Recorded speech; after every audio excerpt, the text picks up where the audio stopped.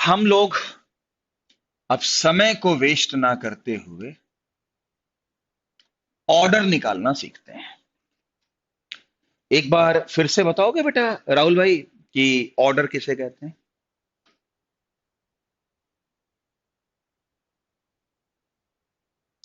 Rate law में जो concentration की पावर होता है वही ऑर्डर होता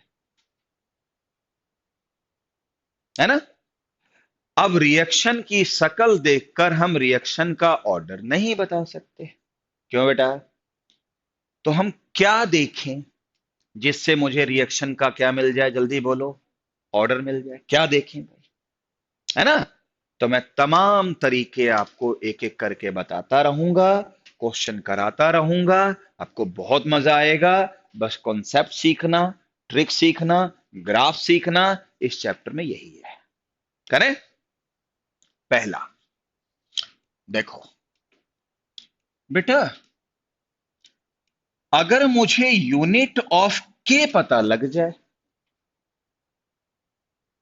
तो मैं रिएक्शन का ऑर्डर बता सकता हूं। कैसे? देख लो। मैंने एक रेट लॉ बनाया, R इक्वल टू के और कंसंट्रेशन की पावर n, जिसमें n क्या मानोगे बेटा खुशी? ऑर्डर, है ना? तो मैं अब आपको बताता हूं कि देखो कैसे ऑर्डर निकाला जाता है। बेटा, रेट की यूनिट सामान्य परिस्थितियों में क्या होती है? मोल पर लीटर पर टाइम। क्यों बेटा? और के की यूनिट मैं निकाल रहा हूं, और कंसंट्रेशन की यूनिट क्या होती है बताओ सामान्य परिस्थितियों में? मोल पर लीटर की पावर, और मोल पर लीटर की पावर क्या बेटा? एन। तो अगर मैं के की यूनिट निकालूं, है ना, तो मुझे ऐसा क्यों लग रहा है ये आना चाहिए, मोल पर लीटर की पावर 1 - n, और क्या बेटा? टाइम की पावर -1।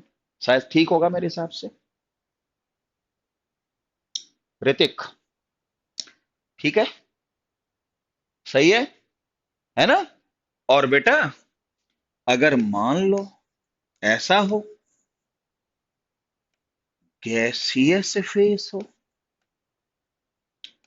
ठीक है, तो बता सकते हो मैं इस फार्मूले में क्या चेंज करूंगा? हैं? सर, मोल पर लीटर की जगह कौन ले लेगा? एटीएम, एमएम, बार, टॉर, ये हो जाएगा। चलो एटीएम लिख देते हैं। तो कितना हो जाएगा? एटीएम की पावर 1 - n, और टाइम की पावर क्या बेटा? -1। ठीक। अब देखो, फॉर जीरो ऑर्डर, बताओ बेटा, एन की वैल्यू क्या पुट कर दोगे अनुज?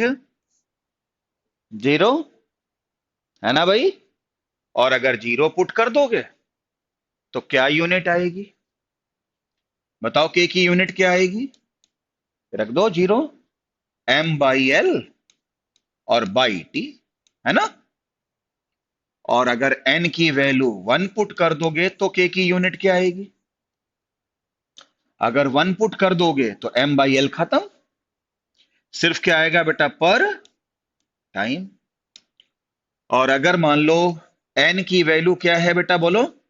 2 है, सेकेंड ऑर्डर, तो फिर k की यूनिट क्या आएगी बताओ बेटा? m/l की पावर -1 और टाइम की पावर -1। इसको एक और तरीके से लिखा जा सकता है, बोलो। लीटर पर मोल और टाइम की पावर -1, है ना? और अगर यही गैसियस फेस में रिएक्शन हो रही होती तो जहां m/l लिखा है वहां एटीएम हो जाता। ठीक है? आ गया समझ में? तो एक बात बताओ, अगर मैं जीरो ऑर्डर लेता हूं तो के की यूनिट अलग है, फर्स्ट ऑर्डर लेता हूं तो के की यूनिट अलग है, कोई और ऑर्डर लेता हूं तो के की वैल्यू यूनिट अलग है। इसका मतलब अगर मुझे ये पता लग जाए कि मतलब अगर मुझे पता लग जाए कि के की वैल्यू क्या है, वो तो छोड़ो, लेकिन उसकी यूनिट है मोल पर लीटर पर टाइम, तो क्या हम रिएक्शन को देखकर नहीं बता देंगे कि reaction belongs to zero order? जब आपको ये समझ में आ गया कि हर ऑर्डर में के की वैल्यू छोड़ो, यूनिट अलग है, तो अगर मुझे यूनिट पता है तो मैं ऑर्डर बता सकता हूं। मैं ऐसे पूछ लूं कि एक रिएक्शन है, उसका ऑर्डर बताना है और उसका के है 2 × 10⁻³ पर सेकेंड, तो फर्स्ट ऑर्डर हो गया है। और ऐसा कोई क्वेश्चन बन जाए, ऐसी रिएक्शन का ऑर्डर क्या होगा जिसकी के की यूनिट फ्रीक्वेंसी की यूनिट से मैच करती हो? First order. ये सब क्वेश्चन आ चुके हैं, तो ये तो बोलने में ही क्वेश्चन करा दिए, तो कराने की जरूरत ही नहीं है। पता है इस टॉपिक पर नीट वाले कैसे क्वेश्चन पूछते हैं आज तक, जिसे टीचर को कराना चाहिए? ऐसे CH3 CHO हीट किया, CH4 बनाया, CO बनाया। ठीक। उन्होंने पूछा क्या पता है, इस रिएक्शन का ऑर्डर क्या है और उस समय इसकी के की यूनिट क्या है।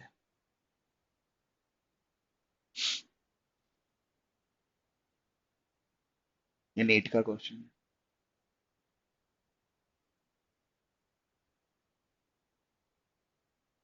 बिल्कुल, मैं क्लास में इस बात की कोशिश करता हूं कि मैं नीट से आगे भटकूं नहीं।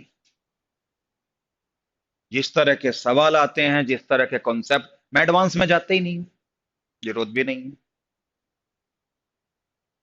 आप कहोगे सर ऑर्डर पता होता फिर तो के बता देते यूनिट। आपने तो ऑर्डर भी पूछ लिया और के की यूनिट भी पूछ ली। I am right? तो पहले सुन लो, हर ऑर्डर की एक एक दो दो रिएक्शन लिटरली जो एनसीईआरटी में दी है वो याद करनी पड़ेंगी मेडिकल के लिए। और मैं यही चेक कर रहा था कि क्या आपको ट्वेल्थ में वो चीज याद है जिसका मुझे आंसर नहीं मिला। बेटा इस रिएक्शन को याद कर लो, पूरी एनसीईआरटी में ऐसी यही अकेली ऐसी रिएक्शन है जिसका ऑर्डर फ्रैक्शनल है, और इसका ऑर्डर होता है 3/2 यानी 1.5। ये याद होना चाहिए ईशु भाई, याद होनी चाहिए ये चीज। ये क्वेश्चन तो छोड़ो, एक बार पीएमटी में ऐसा भी सवाल बना, कौन सी रिएक्शन फ्रैक्शनल ऑर्डर की है? नीट का क्वेश्चन, फ्रैक्शनल ऑर्डर का क्वेश्चन आते ही मात्र एक रिएक्शन पढ़ाई जाती है। अरे एक तो याद कर लो फ्रैक्शनल की, वो ये है। इसमें कोई दिमाग नहीं लगना है, इसमें याद है तो कर लोगे, नहीं तो गए काम से। और मेडिकल में कुछ क्वेश्चन तो याद करने वाले ही होते हैं। ठीक। और जब इसका 3/2 ऑर्डर आ लिया यानी 1.5 आ लिया, तो के की यूनिट कैसे निकालोगे? क्या था भाई? M/L। हाँ भाई, क्या लिखा? 1 - n। 1 - बोलो 3/2, और टाइम में तो कोई छेड़छाड़ करनी नहीं है, -1। तो ये हो गया बच्चों मोल्स पर लीटर। वन में से माइनस का 1/2 बचा और टाइम की पावर -1 होगा। दोनों चीजें पूछी गई थी, तो कुछ कुछ याद करते चलो है। अच्छा, मैंने अक्सर बच्चों को देखा है, उनको फर्स्ट ऑर्डर का याद रहता है ज्यादातर, लेकिन बाकी जगह पे वो गड़बड़ करते हैं, बाकी याद नहीं होता है। ठीक है। किसी बच्चे को याद है कोई ऐसी रिएक्शन है जो माइनस ऑर्डर की हो, नेगेटिव ऑर्डर की हो? किसी को याद है कोई एग्जांपल? और मेडिकल में डायरेक्ट आता है। चलो बताएंगे आपको। हो गई बात है। और इस पर एक बार सवाल ऐसे ही बना था। देखो ऐसे बना था।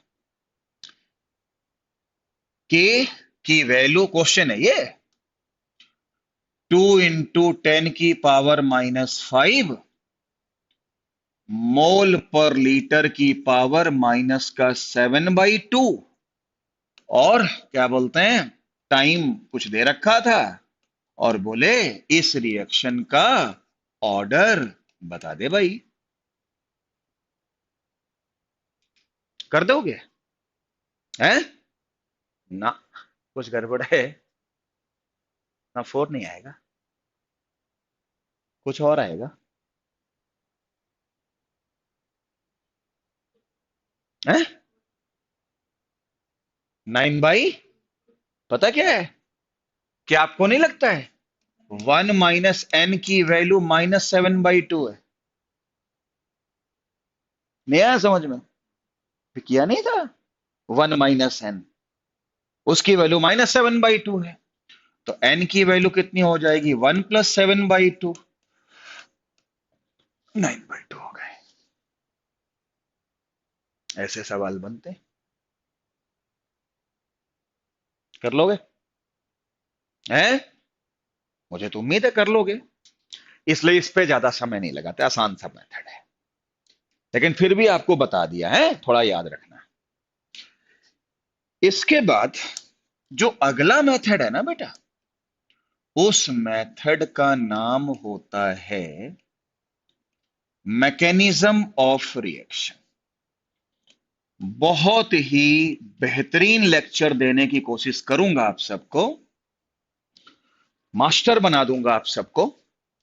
लेकिन बस मेरे साथ पढ़ो। और अब मैं आपको मैकेनिज्म ऑफ द रिएक्शन की बात करता हूं। मतलब अगर मुझे रिएक्शन की मैकेनिज्म पता हो तो रिएक्शन का ऑर्डर हम बता सकते हैं। लेकिन एक छोटी सी बात बताओ बेटा, सबसे पहले ये बताओ, मॉलिक्यूलैरिटी ये क्या चीज होती है, इसके डिफिनीशन बताओ।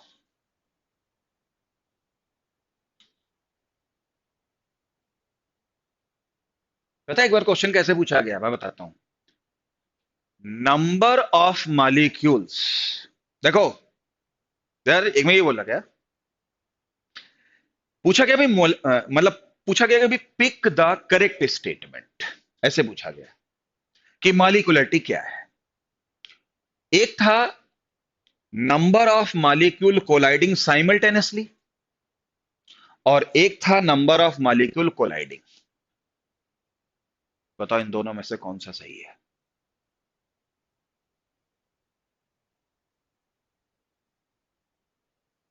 हैं? बिल्कुल, number of molecules colliding simultaneously को मॉलिक्यूलरिटी कहते हैं। ये ध्यान रखना। यही तो छोटे छोटे शब्द हैं जिस पे आप ट्रैप होते हो। Number of molecules colliding simultaneously, इनको हम मॉलिक्यूलरिटी कहते हैं। ठीक है, अब सुनो, देखो इधर पहले 4 मॉलिक्यूल टकरा गए, कुछ बना, फिर 5 और आए, वो टकरा गए, तो क्या मॉलिक्यूलरिटी 9 होगी? नहीं। एक टाइम पर, एक इंस्टेंट पर जितने मॉलिक्यूल कोलाइड करें और वो प्रोडक्ट बनाए, वो हमारी मॉलिक्यूलरिटी होती है। ठीक। और हम लोगों ने पढ़ा होगा कि ये जो मॉलिक्यूलरिटी है ना, ये 4 से ज्यादा, 4 से ज्यादा लिख लो, 4 से ज्यादा जो है वो संभव नहीं है। क्या एक साथ 10 मॉलिक्यूल टकरा के प्रोडक्ट बना लेंगे? ऑर्गेनिक पढ़ी है, आप लोग पढ़े लिखे इंसान हो, +2 11th को दोबारा मुझसे पढ़ रहे हो, मैकेनिज्म पढ़ी है।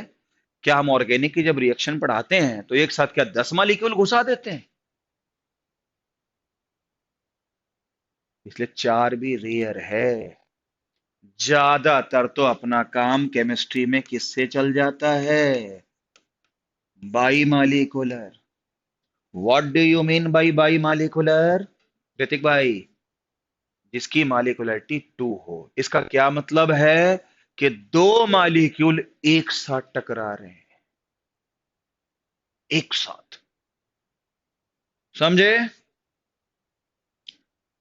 लेकिन जब हम रिएक्शन लिखते हैं तो कई बार हमें मालिकुलरिटी 4 से ज्यादा दिखाई देती है। जैसे ऐसे लिख दिया जाए, 5A+6B+3C ने बनाया प्रोडक्ट।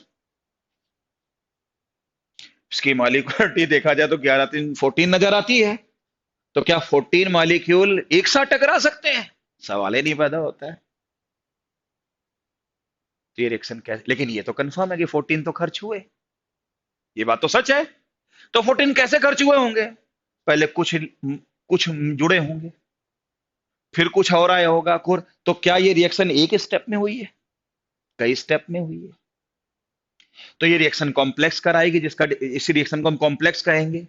और अगर ऐसे लिखा हो, मान लो A+B ने बनाया प्रोडक्ट, तो हम इसमें मान सकते हैं कि इस रिएक्शन की मॉलिक्यूलरिटी 2 हो भी सकती है और नहीं भी हो सकती है। कल पूछा नहीं था एक क्वेश्चन कि ये रिएक्शन सिंपल रिएक्शन है कि कॉम्प्लेक्स है? क्या था जवाब? दोनों हो सकती है। याद है? बढ़िया क्वेश्चन था ये, है ना? तो भैया, आप मुझे ये बताओ कि पहले मैं डेटा लिख देता हूं सिंपल रिएक्शन में। बताओ, सिंपल रिएक्शन में क्या देखने को मिलेगा अनुज? पहला, वन स्टेप रिएक्शन होगी, एम आई राइट? एक ही स्टेप में सब खत्म। सही है। दूसरा, दूसरा पॉइंट सुनो, नो इंटरमीडिएट फॉर्म्ड। कोई इंटरमीडिएट नहीं बनेगा। नहीं समझ में आया? इस बात में कितना दम है अनु? क्या लिखा है ये? एलिमेंट्री रिएक्शन में कोई भी इंटरमीडिएट नहीं बनता।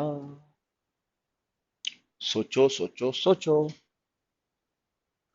इस लाइन का क्या मतलब है?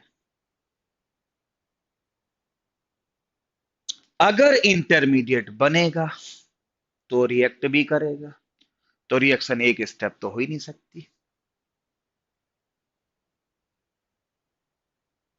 नहीं आया समझ में? आपसे ऐसे सवाल पूछते हैं, कौन सी रिएक्शन में इंटरमीडिएट नहीं बनेगा? एक एलिमेंट्री है, एक कॉम्प्लेक्स है, तो जवाब क्या होगा? एलिमेंट्री होगा। आ रहा है समझ में सबको?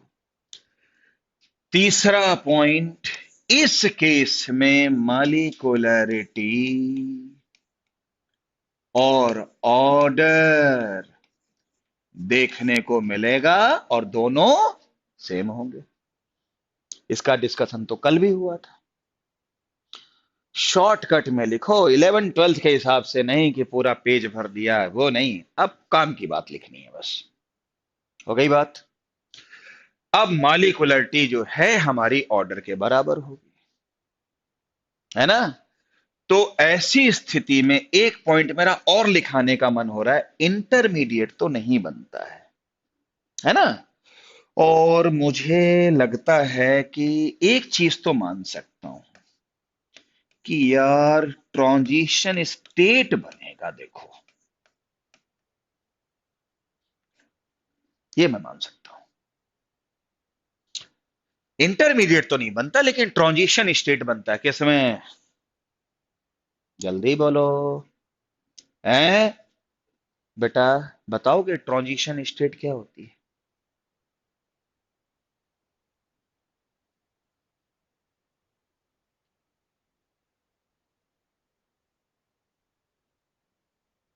क्या है ये?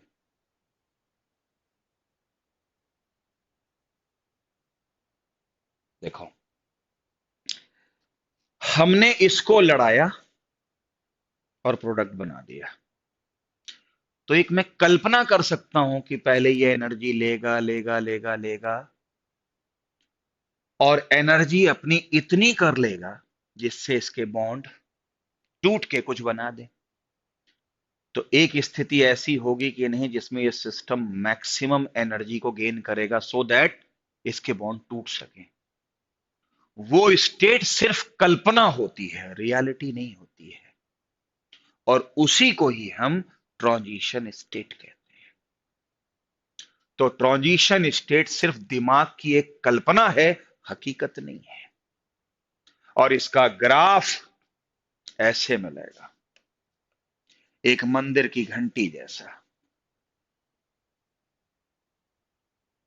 जिसमें इस साइड में क्या हुआ, रिएक्टेंट, इस साइड में क्या होगा, प्रोडक्ट। और इस समय जरा गौर से देखो बेटा, इस डायरेक्शन में अगर एनर्जी है तो इस पॉइंट पर इसकी एनर्जी मैक्सिमम है ना। इसी को ही ट्रांजिशन स्टेट कहते हैं। बेटा क्वेश्चन यूं भी तो आ सकता है, देख कितना अच्छा क्वेश्चन बन गया। ये ग्राफ बना दे और कहें कि बताओ ये सिंपल रिएक्शन है कि कॉम्प्लेक्स रिएक्शन है। तो सिंपल है, देख लो पढ़ने के दौरान कितना बढ़िया क्वेश्चन निकल कर आया, थ्योरी का, न्यूमेरिकल नहीं है, ये थ्योरी का है। आ गया समझ में? तो ये पॉइंट याद रखोगे हमेशा। अच्छा सर, अब जरा मुझे ये बताओ, कॉम्प्लेक्स रिएक्शन में आपकी जानकारी में क्या बढ़ा दूं? बताओ, वन स्टेप तो नहीं होगा, बताओ, मल्टी स्टेप रिएक्शन होगी। दूसरा बोलो जैस्मिन, इंटरमीडिएट बनेगा, पक्का। तीसरा, molecularity not significant. Am I right बेटा? अब मालिकुलरिटी का कोई महत्व ही नहीं है। जब बंदे एक साथ नहीं टकरा रहे हैं तो किस बात की मालिकुलरिटी भाई? इनसिग्निफिकेंट। बट और इसको लिख लो overall molecularity. Overall molecularity is insignificant और नॉट सिग्निफिकेंट, समझ गए? But molecularity of each step is significant. नहीं आया समझ में? ओवरऑल मालिकुलरिटी का कोई महत्व नहीं है, लेकिन हर अलग अलग रिएक्शन की मालिकुलरिटी का महत्व है। यह बात समझ में आ रही? क्या लिखा है एक तरफ तो क्या लिखा है, ओवरऑल मालिकुलरिटी, बोलो भाई अनुज, बोलते रहो भाई, not significant, but molecularity of each step is significant. क्या मतलब है इसका? बोलो, थोड़ा सा ज्ञान दो भाई। पता कैसे? देखो, फोर्थ पॉइंट लिख लिया है, समझ नहीं, लिख तो लिया लेकिन समझ नहीं पाए। फिफ्थ स्टेप में देखो, क्या इस केस में मालिकुलरिटी और ऑर्डर बराबर होगा? नहीं होगा। और आपको पता है ऑर्डर क्या होगा? मालिकुलरिटी ऑफ, बोलो, स्लोएस्ट स्टेप। नहीं आया समझ में? है? पढ़ा नहीं था कि जब रिएक्शन की मैकेनिज्म में एक से ज्यादा स्टेप्स हो रहे हों तो स्लो भी होता होगा, फास्ट भी होता होगा। अपने लिए काम की चीज क्या है? स्लो होगा। और जो स्लो स्टेप की मालिकुलरिटी होगी वही पूरी रिएक्शन का ऑर्डर होगा। तो एक बात बताओ, ओवरऑल मालिकुलरिटी का कोई महत्व, लेकिन सेपरेट रिएक्शन की तो मालिकुलरिटी का महत्व है, क्योंकि सेपरेट रिएक्शन की ही मालिकुलरिटी जो स्लोएस्ट में होगी वही तो ऑर्डर होगा। तो इसका तो महत्व है ना। ये वो क्वेश्चन है जिसमें सुनकर बच्चे कंफ्यूज्ड होते हैं मैं हमेशा एक बात मानता हूं कि जो स्टूडेंट अच्छा होता है वो कोशिश करता है कि मेरे सामने ज्यादातर न्यूमेरिकल आए। ठीक है। न्यूमेरिकल को करना और करवा पाना बड़ा आसान काम होता है, लेकिन जब क्वेश्चन ऐसा आ जाता है ना, pick the incorrect statement, pick the correct statement, मैं गारंटी के साथ में कहता हूं कि सवाल नॉर्मल अगर हो तो फिर तो कोई बात नहीं, लेकिन जरा सा भी मुश्किल हो तो हम फंस जाते हैं। और इतने साल पढ़ाते हुए हम लोग को हो गए, एक आध जगह तो हमें भी सोचना पड़ता है यार ये सही है कि ये सही है। लेकिन न्यूमेरिकल में कोई गलती नहीं होती है। आप मेरे सामने कभी डाउट लेके आते हो, आपने कभी गौर किया होगा, न्यूमेरिकल खटाखट खटाखट हो जाता है, लेकिन थ्योरी में पूरा पढ़ना पड़ता है, सोचना पड़ता है, इसलिए थ्योरी मुश्किल होती है, न्यूमेरिकल उसके मुकाबले आसान होते हैं। तो मुझे इस बात से मुझे उम्मीद है कि आपको ये सारे पॉइंट समझ में आ गए होंगे हैं। और अगर मैं यहां पर ग्राफ ऐसे बना दूं, देखो इधर एनर्जी, और ग्राफ कुछ ऐसा नजर आए, नहीं दिख रहा आपको? इस रिएक्शन के कई स्टेप्स हैं, तो ये किसका है? कॉम्प्लेक्स रिएक्शन का हो गया है। अच्छा, ये तो नहीं बताना पड़ेगा ना स्लोएस्ट स्टेप की मॉलिक्यूलरिटी पूरी रिएक्शन का ऑर्डर कैसे होता है? अरे मेन तो आपके लिए स्लो ही होता है। एक रिएक्शन कितनी जल्दी कंप्लीट होगी ये इस बात पे डिपेंड करेगा कि उसका स्लो वाला कितनी तेजी से काम कर रहा है, इसलिए मेन तो स्लो है। ठीक है, आ गया समझ में? क्लियर है? अब इतनी बात समझाने के बाद सिंपल रिएक्शन को हम एलिमेंट्री रिएक्शन भी कहते हैं, और कॉम्प्लेक्स रिएक्शन आपके सामने डेटा है, ग्राफ है, सारा समझ में आ गया। अब मैं आपको दिखाता हूं कि किस तरीके के इसमें जो है सवाल आपके बनते हैं। देखो, पहला सवाल, 2NO2 प्लस का F2 2NO2F, right? Okay, mechanism इसकी ऐसे दे रखी है, NO2 प्लस का F2 NO2F प्लस का F का रेडिकल। ओके, उसके बाद NO2F का रेडिकल बन के NO2F बन गया। ये स्टेप हमारा फास्ट बताते हैं, ये हमारे लिए स्लो बताते हैं। सही है? बताओ रिएक्शन कैसी है, सिंपल या कॉम्प्लेक्स? जल्दी बोला। कॉम्प्लेक्स कैसे भाई, कैसे पता लगा? एक से ज्यादा स्टेप में हो रहा है। इस रिएक्शन की अगर मैं पूछूं मॉलिक्यूलरिटी क्या है ओवरऑल, आपका जवाब क्या होगा? इनसिग्निफिकेंट। क्वेश्चन है ये। जब सारे मॉलिक्यूल एक साथ टकराए नहीं, फिर फिर किस बात की मॉलिक्यूलरिटी? इनसिग्निफिकेंट ऐसे पूछ लिया जाए, इनसिग्निफिकेंट। और कहीं जल्दी में 2 3 मत लिख देना, जल्दी में 2 3 मत लिख देना, ध्यान रखो इस बात को।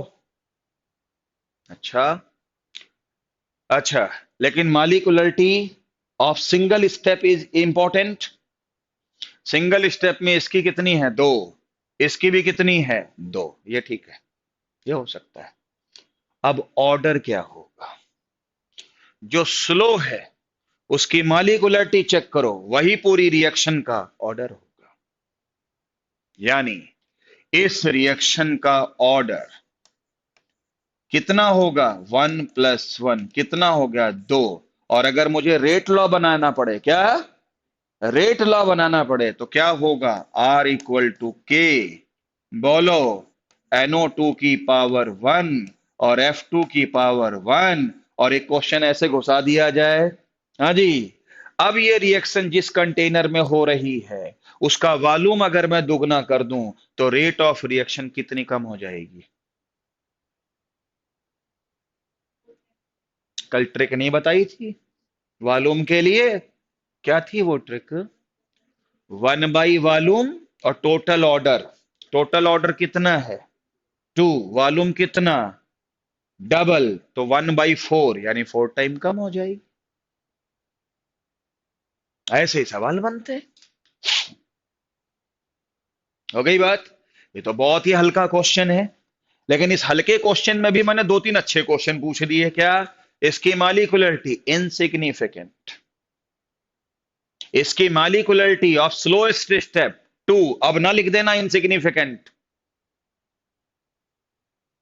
Order significant n equal to 2।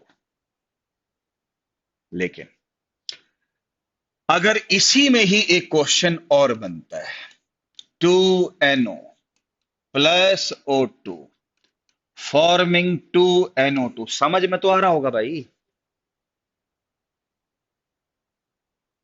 2NO plus O2 forming NO2, इसकी मैकेनिज्म ऐसे दे रखी है, NO plus O2 reaction reversible है, NO3 बनती है।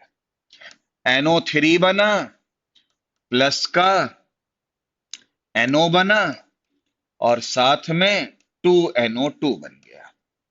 ये रिएक्शन स्लो है और ये रिएक्शन फास्ट है, ये गिवन है।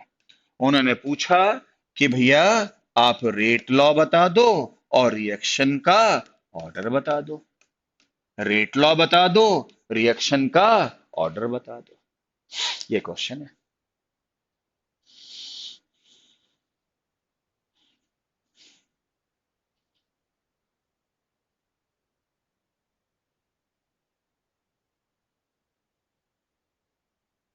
Rate law and order of the reaction.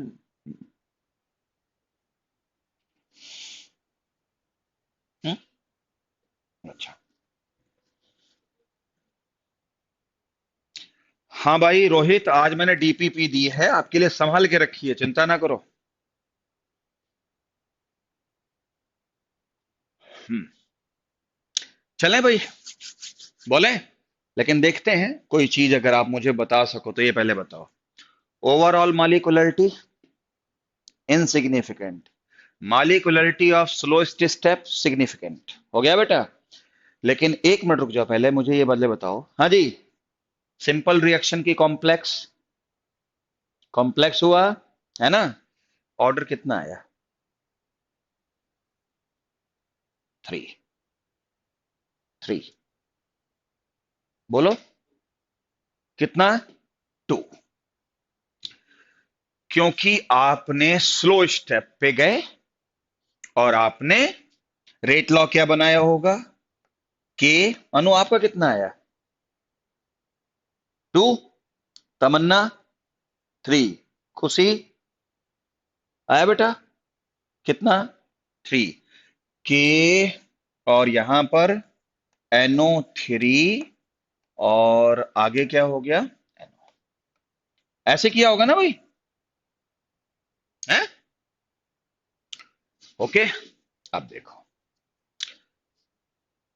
बेटा, ये रिएक्शन है, इनको क्या बोलोगे रिएक्टेंट, इनको क्या बोलोगे प्रोडक्ट। ओके, पक्का। लेकिन आपने जो अभी रेट लॉ बनाया है उसमें एक तो NO है, एक NO3 है, राइट। NO क्या है रिएक्टेंट, NO3 ना तो रिएक्टेंट में है ना ही प्रोडक्ट में है, लेकिन मैकेनिज्म में है, मैकेनिज्म में तो है, उसे इंटरमीडिएट कहेंगे। बोलो, क्या ये वाला बंदा इंटरमीडिएट नहीं हुआ? अच्छा, इंटरमीडिएट बेटा होता क्या है, जो रिएक्शन शुरू होने के बाद बने और खत्म होने से पहले रिएक्शन समाप्त हो जाए। इसका मतलब पहले भी नहीं था और बाद में भी नहीं था, बीच में कुछ देर के लिए बना और अपना एक्शन दिखा के बाहर। बोलो भाई, तो क्या मैं अगर इसको मैथ की भाषा में लिख दूं तो डी इंटरमीडिएट अपॉन dt की वैल्यू हमेशा क्या रहेगी 0। नहीं आया समझ में? है ना भाई? Change in D D I क्या है? चेंज इन कंसंट्रेशन ऑफ आई। पहले था नहीं, पहले नहीं था, बाद में भी नहीं था, तो चेंज कितना हुआ? जीरो है। अब रुको, रुको एक मिनट। और यही आर ओ आर भी होता है? इसका मतलब इंटरमीडिएट के फॉर्म में R O R insignificant. I repeat, intermediate का D I by D T कितना मानते हैं? जीरो। और D I by D T क्या है? D X by D T. ये क्या है? Rate of reaction zero. Rate of reaction zero कैसे हो जाएगी जब इंटरमीडिएट बन रहा है तो? है? इसका मतलब यही हुआ ना कि रेट ऑफ रिएक्शन इंटरमीडिएट के टर्म्स में इनसिग्निफिकेंट है। आपने रेट लॉ किसके टर्म्स में बना दिया? इंटरमीडिएट के टर्म्स में। ये तो इनसिग्निफिकेंट है, ये तो गलत है, इसको हटाओ यहां से और कोई रिएक्टेंट लेके आओ या कोई प्रोडक्ट लेके आओ, कैटलिस्ट लेकर आओ, कोई फर्क नहीं पड़ता, लेकिन इंटरमीडिएट की जगह रेट लॉ में नहीं है। इसका मतलब पूरी समरी ये बोलूं क्या? रेट लॉ में इंटरमीडिएट के दर्शन नहीं होने चाहिए। सीधी बात तो ये है। इसलिए जो बच्चे ये सोच रहे थे कि सर इस क्वेश्चन में भी ऑर्डर टू बताने वाले हैं, वो गलत सोच रहे थे। दोबारा समझाऊं?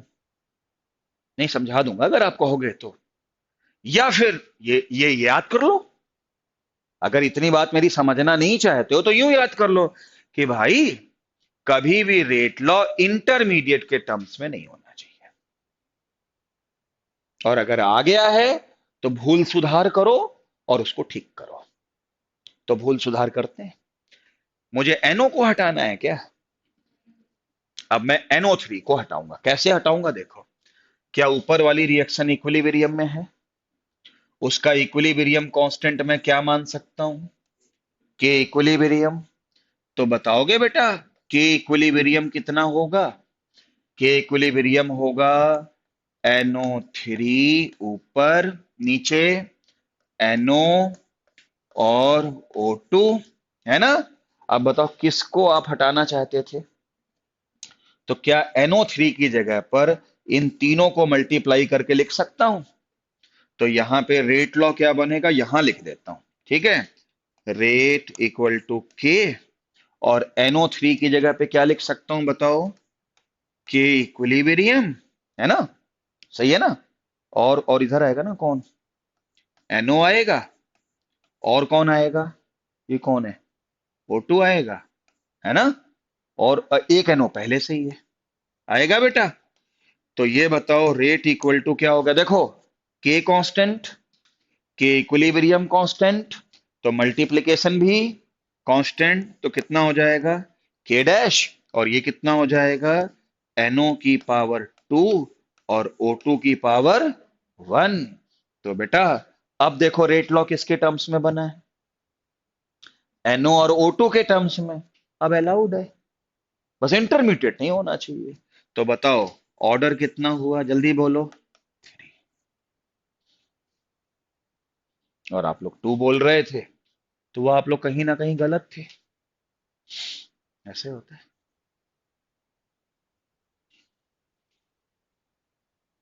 कितने बच्चों का थ्री आया था? एक तो आपका था। हाँ, तीन था, गुड। कितने बच्चों ने मुझे तीन बताया था? और जो लोग दो सोच रहे थे वो शायद यहीं पे टिक गए थे, हैं? और अगर मेरी बात आपको थोड़ी कम समझ में आई हो तो ऐसे समझ लो कि सर ने एक बात कही है, ज्यादा घुमा फिरा के कहने की जरूरत नहीं। सर ने एक चीज बताई है कि रेट लॉ में इंटरमीडिएट नजर नहीं आना चाहिए।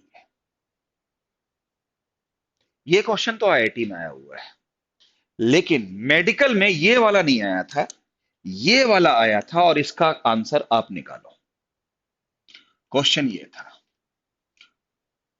2O3 forming 3O2।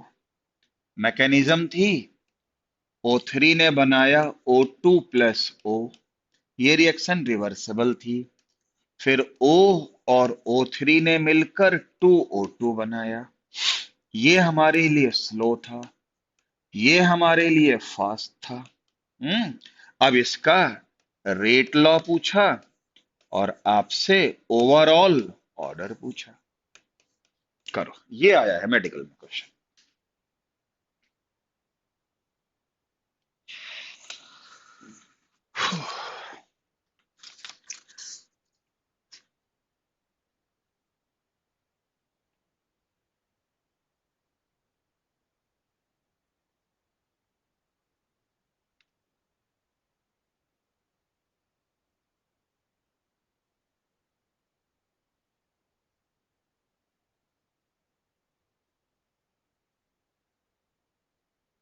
दूसरी डीपीपी बची है।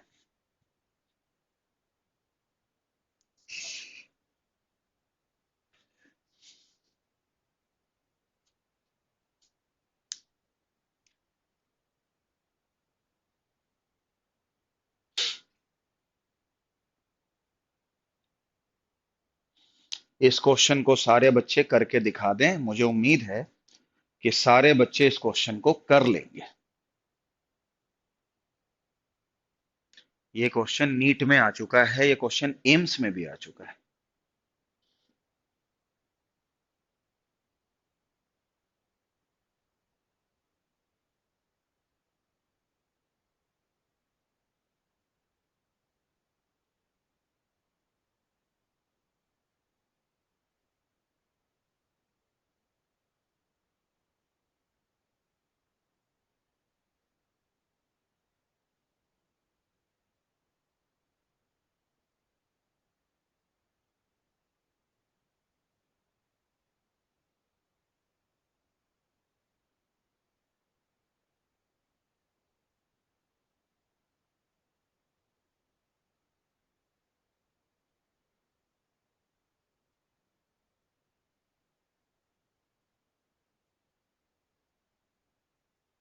टाइम लगा दिया, हो गया।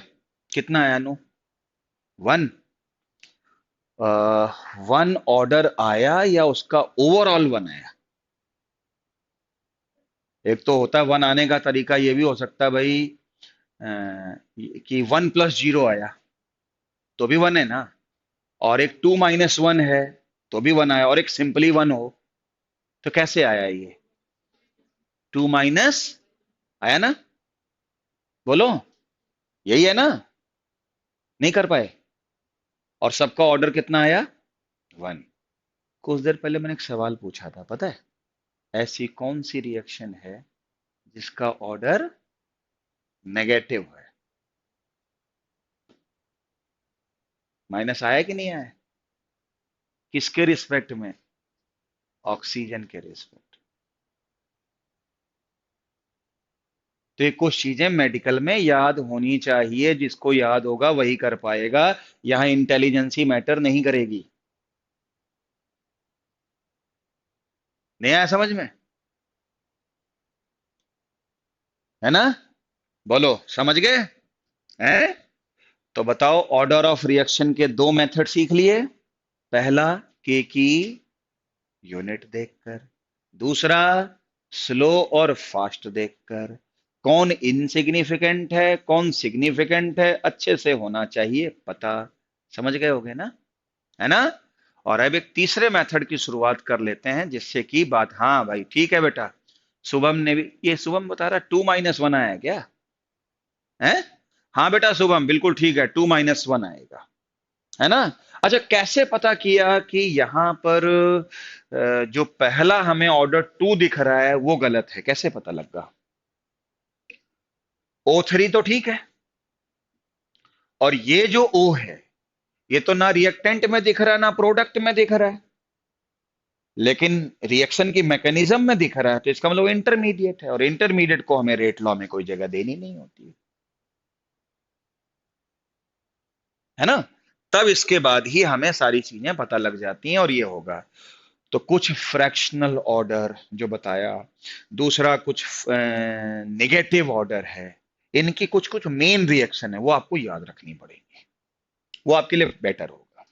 चलो तीसरे मेथड की शुरुआत कर लेते हैं, बहुत तो थोड़ा ही बता पाएंगे आज, ज्यादा थोड़ी नहीं बता पाएंगे। लिखो बेटा, तीसरा मेथड है इंटीग्रेटेड रेट लॉ मेथड।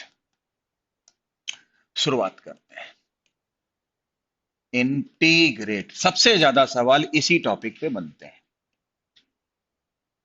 सही बताऊं, अगर आप लोगों ने ये मेरे से समझ लिया ना, तो आपकी केमिकल काइनेटिक्स पे पूरी तरीके से मास्टरी हो जाएगी। अभी तक सब कुछ ठीक है, सही चल रहा है? घर पे क्वेश्चन करना, और जब मैं चैप्टर पढ़ा लूं तो कहीं से भी सवाल पूछ लेना। और अब मैंने ये हल्की डीपीपी दी है, पहले इसको करो, फिर मैं आपको जो मेरा जिस समय क्लास नहीं होगी उस वक्त मैं आपको बेटर वाली दे दूंगा। तो दोनों करते रहो आप, है ना? लेकिन काम करो घर पे, मजा आएगा। इंटीग्रेटेड रेट लॉ मेथड, इस पे सवाल बनते हैं। सबसे पहले इसमें कुछ डेरिवेशन आते हैं। For zero order, zero order, जरा मुझे सारे बच्चे पहले ये बताओ बेटा कि जीरो ऑर्डर की कुछ रिएक्शन मेरे को बताओ, याद होनी चाहिए।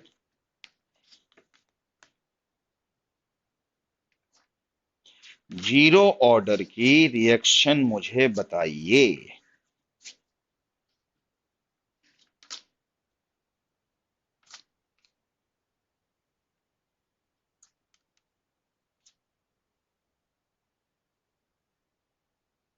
किसी को याद नहीं जीरो ऑर्डर की रिएक्शन क्या होती है? कोई भी याद नहीं है? बेटा दो दो एक एक तो याद करो यार, कम से कम एनसीईआरटी वाली। मैं लिखूं? चलो पहले बोलता हूं। वो इधर भी किसी ने नहीं लिखा। H2 प्लस Cl2 सनलाइट में 2HCl, this reaction belongs to zero order. Literally याद होना चाहिए। टू अमोनिया का डिकम्पोजिशन प्लेटिनम सरफेस पर बिलोंग्स टू N2+3H2 होगा। सो तो तुम्हारा काम दो से ही चल जाएगा, तीसरे की जरूरत नहीं पड़ेगी। लेकिन फिर भी बता देता हूं, आपको ये पता है, बायो में पढ़ते होगे आप लोग, तो बायो पढ़ते हो कि एक सबस्ट्रेट होता है, उसको एंजाइम पकड़ता है और पकड़ के उसको डिकम्पोज करता है और आगे रिएक्शन चलती है। अरे सीधी बात है, हमारी बॉडी में जितनी भी बायोकेमिकल रिएक्शन चल रही हैं वो एंजाइम बेस्ड हैं। बोलो, पढ़ा है सबने बायो में? इसको हम जीरो ऑर्डर में कैसे लिखते हैं कि इसका रिएक्शन, मतलब इसका जो रेट होता है वो सबस्ट्रेट के रिस्पेक्ट में जीरो ऑर्डर होता है और एंजाइम के रिस्पेक्ट में फर्स्ट ऑर्डर होता है। लेकिन आप बायो के स्टूडेंट हो इसलिए मैं बताए दे रहा हूं, नॉन मेडिकल के स्टूडेंट होते तो मुझे इस रिएक्शन के बारे में चर्चा करना भी जरूरत नहीं है। और वैसे मैं फिर बता दूं, अगर आपको दो भी याद है ना लिटरली, तो काम चल जाएगा। हो गया है?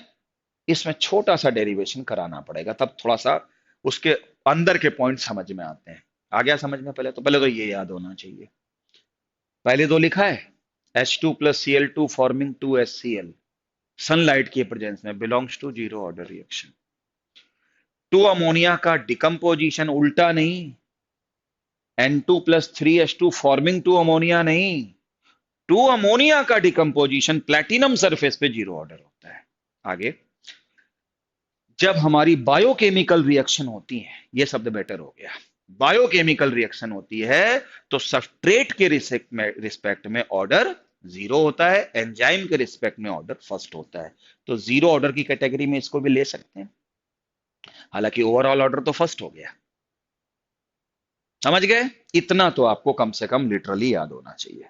अब डेरिवेशन कैसे करते थे कि मान लो एक रिएक्शन है जीरो ऑर्डर की जिसने ए ने बनाया प्रोडक्ट, ठीक है, इसकी इनिशियल कंसंट्रेशन मान लो ए नॉट, और इसकी remaining concentration after T time कितनी मान लो बेटा, ए। तो हम ट्वेल्थ में, ये ट्वेल्थ में होता था ना, कैसे डेरिवेशन करते थे, ये देखो, ऐसे लिखूं, रेट इक्वल टू के ए रिएक्टेंट पावर जीरो। लिख सकता हूं कि नहीं लिख सकता हूं? लिख लिया है? देखते रहना, जब मैं थोड़े बेटर क्वेश्चन में आपको ट्रैप करूंगा तो फंसना नहीं। ठीक लिखा है? सही लिखा है? और इस रेट को आप क्या लिख सकते हैं? कोफिशिएंट वन है ना? लिख सकता हूं, है ना? माइनस क्यों लगाया समझ में आया? जिससे कि रेट पॉजिटिव रहे। अब ये वैल्यू किसके बराबर?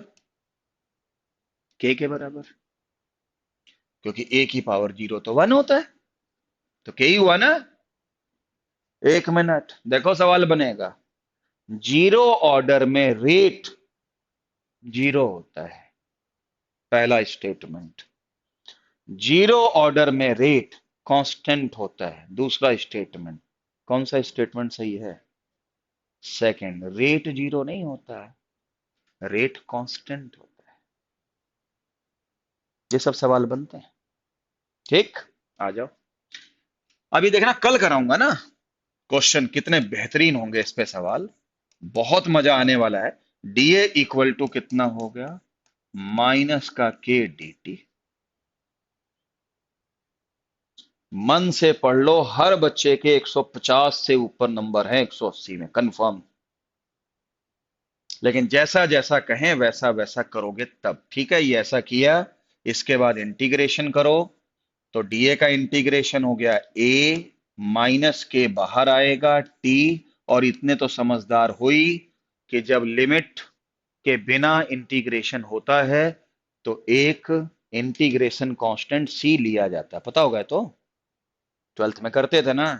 और इस सी की वैल्यू चलो निकालते हैं, बताओ, जब टी की वैल्यू जीरो होगी तो जो ए की वैल्यू होगी वो इनिशियल ही होगी, और इनिशियल कितना माने बैठे हो, ए नॉट।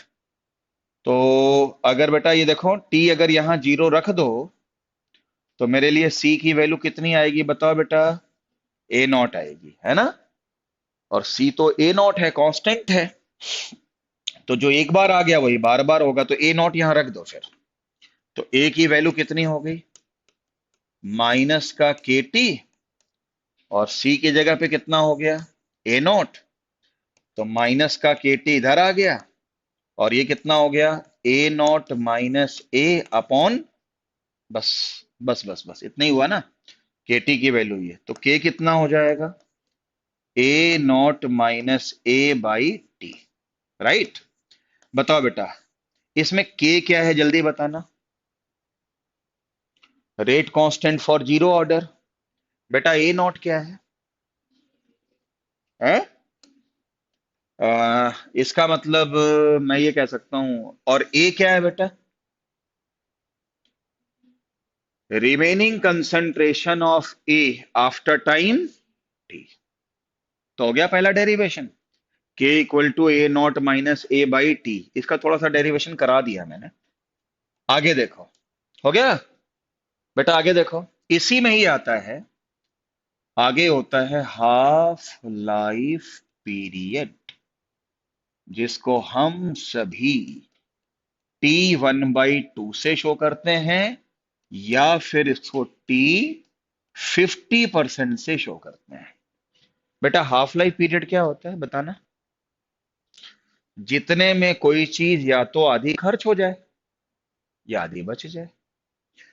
तो बेटा ये बताओ, अगर मैं टी की वैल्यू, देखो टी हाफ ले लूं, है ना, और ए की वैल्यू A0/2 ले लूं, ये आधी बचेगी फिर तो।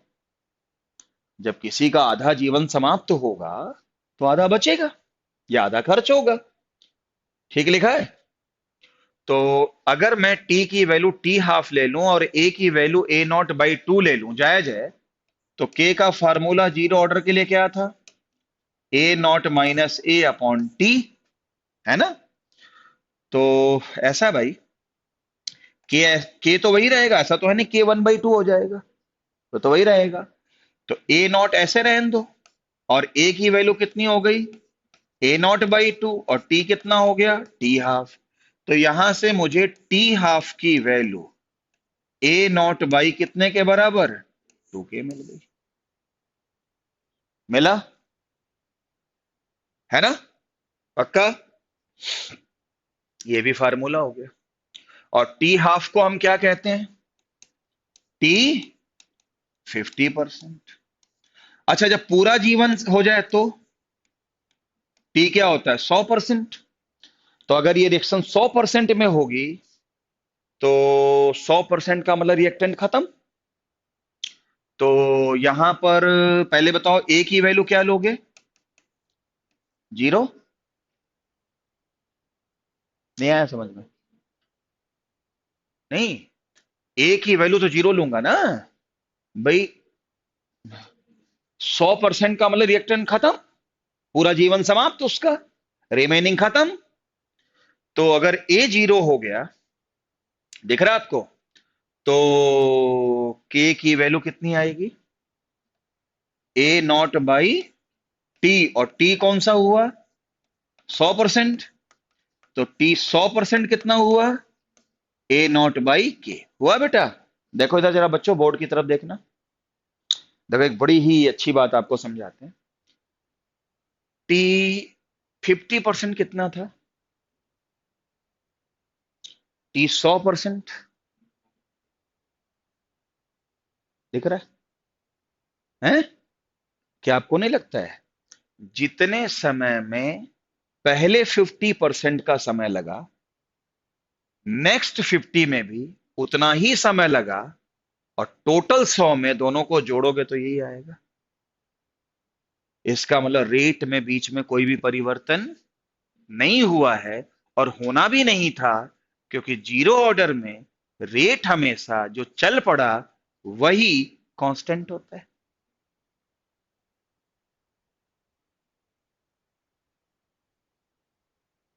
सवाल ऐसा बना देगा छोटे से पॉइंट पे कि भटक जाते हैं, कि जीरो ऑर्डर रिएक्शन में पहले 50% रिएक्शन x मिनट में हुई, तो नेक्स्ट 50% रिएक्शन कै मिनट में होगी।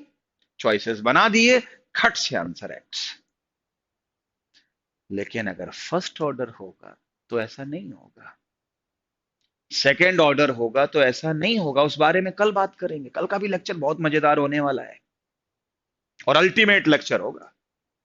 देखिएगा कैसे बड़े बड़े क्वेश्चन में छोटे तरीके से कराता हूं। लेकिन बात जो थ्योरी की है वो तो समझ में आनी चाहिए ना यार, पहले गहराई तो वहीं पे चीज आएगी। और मुझे इस बात की जानकारी दो, क्या इतनी बात समझ में आ गई? एक बात बताओ, डिग्री ऑफ डिसोसिएशन क्या चीज होती है? डिग्री ऑफ डिसोसिएशन, है ना। थोड़ा सा एक पॉइंट मैं पूछ रहा हूं कि, रुको एक मिनट, मैं जो चाह रहा हूं वो ये है। ये तो नोट कर लिया होगा ना सबने भाई? है, देखो, मैं जो चाह रहा हूं वो ये है। क्या रिएक्शन थी बेटा जीरो ऑर्डर की? ए ने क्या बनाया? प्रोडक्ट, है ना। अगर मैं टी इक्वल टू जीरो पर, देखो टी इक्वल टू जीरो पर अगर इसकी इनिशियल अमाउंट ए ले लूं और ये जीरो कर दूं तो कोई दिक्कत तो नहीं? क्या है? नहीं है ना। अच्छा, और अगर मान लीजिए मैंने टी टाइम तक रिएक्शन कराई और इससे एक्स चला गया, तो रिएक्शन की स्टाइकियोमेट्री को देखकर लग रहा है कि एक्स ही बनेगा, है ना। एक्स कितना होगा अगर ये निकालने को आ जाए? तो फार्मूला क्या होता है? K equal to A not minus A upon T. K की वैल्यू तो फिक्स है। बताओ ए नॉट कितना है बेटा? ए। और इस ए की वैल्यू कितनी आएगी? और माइनस पहले से लगाए, तो माइनस ए प्लस एक्स अपॉन टी। क्या के की वैल्यू कितनी आएगी? X by T. तो एक्स इक्वल टू क्या हो गया? के टी। बताओ जीरो ऑर्डर में प्रोडक्ट कितना बना, वो वैल्यू एक्स है कि नहीं है? अगर वो निकालना हो तो डायरेक्ट आंसर के टी होगा कि नहीं होगा?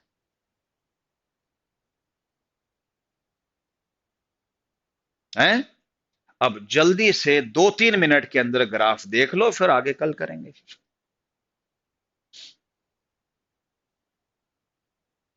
करें? और जल्दी से पहले बताओ, एक बार सारे बच्चे पहले बताओ, ये समझ में आ गया था ये डेरिवेशन? हालांकि तो 12th में करते ही थे, कौन सी नई बात है? ये कर दिया। इसके बाद कुछ रिजल्ट आए हैं, मैं आपको एक एक करके, ये कर लिया ना सबने नोट? रुक जाओ, अब मैं आपके सामने सारे क्वेश्चन जो है ग्राफ वाले करा देता हूं। फटाफट देख लो, 2-3 मिनट लगेगा, सारा समझ में आ जाएगा।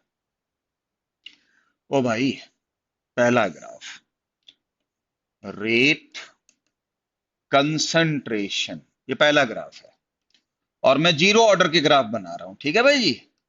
जीरो ऑर्डर के लिए बताओ बेटा कैसा ग्राफ बनेगा? क्या रेट कंसंट्रेशन पे डिपेंड करता है क्या? कांस्टेंट होता है? बस ऐसे एक छत बना दो, खत्म हो गई। आया दूसरा ग्राफ। अगर मैं यहां पर कंसंट्रेशन ले लूं और यहां पे टाइम ले लूं, ग्राफ कैसा नजर आएगा?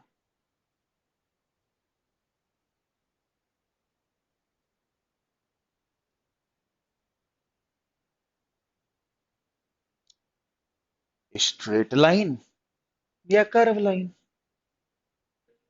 सर कर्व लाइन नहीं हो सकता ईशु भाई, नहीं हो सकता कर्व लाइन। झूला नहीं बन सकता। सर झूले में तो कहीं पर स्पीड कम हो जाती है, कहीं तो ज्यादा हो जाती है। क्यों भाई, मानते हो गए? लेकिन जीरो ऑर्डर में तो ऐसा नहीं होता है। और आपको पता है इसका कंसंट्रेशन और टाइम का ग्राफ कैसे बना था? आपने देखा है? ए इक्वल टू माइनस के टी प्लस ए नॉट। ए क्या है बेटा? कंसंट्रेशन।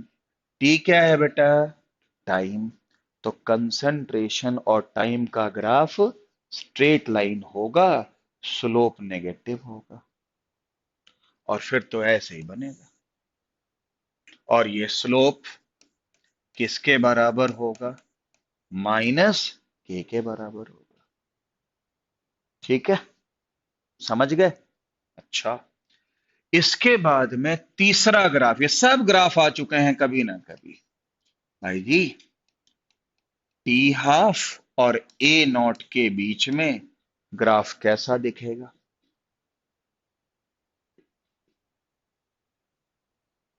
जल्दी जल्दी बोलो। है? Straight line passing through origin. नहीं आया समझ में? कैसे? टी हाफ इक्वल टू क्या था? ए नॉट बाई 2 के। जल्दी बता दो, स्लोप कितने के बराबर? 1/2 के। ये तो समझ जाते होगे हैं? रुक जाओ, फोर्थ ग्राफ, अब देखें आप क्या बोलते हो। Concentration of product versus time का ग्राफ।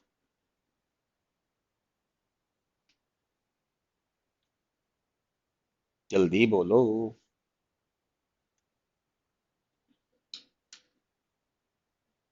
मुझे ग्राफ बताओ ना।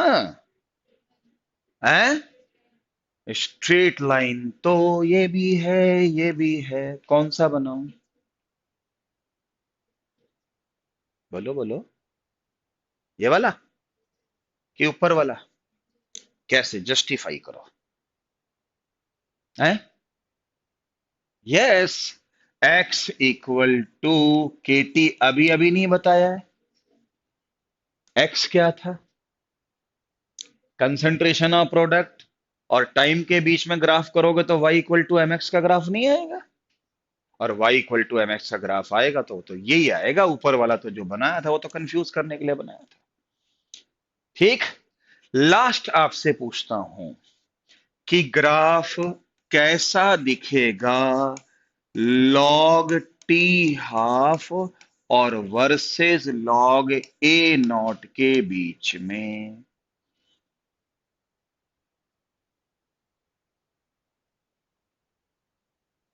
बोलो बोलो बोलो बोलो। लॉग टी हाफ और लॉग ए नॉट के बीच में ग्राफ कैसा दिखेगा?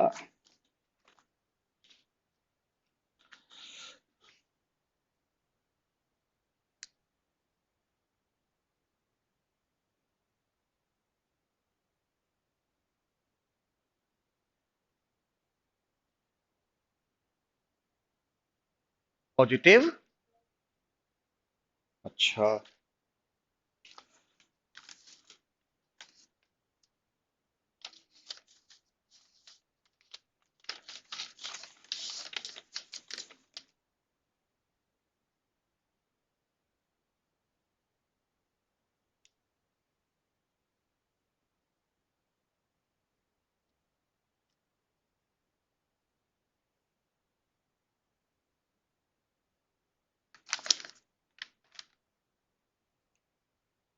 नहीं बनी बात? है? देखो, अभी अभी आपने देखा कि टी हाफ इक्वल टू क्या था बेटा? ए नॉट बाई टू के। बंदे ने लॉग को ले आए तो कितना हो जाएगा? Log T half log A not plus log one by to के। हैं? तो नेगेटिव इंटरसेप्ट क्यों बोला था? अच्छा, इसको ऊपर करके इसको माइनस कर दिया है ना? लेकिन अगर मैं ऐसा कर दूं तो मुझे कोई गलत तो नहीं होगा कि log T half is equal to log A naught और plus log one by two की वैल्यू क्या मान लेता हूं? के डैश। ऐसा भी मैं लेट कर सकता हूं, हालांकि आपका भी आइडिया ठीक है।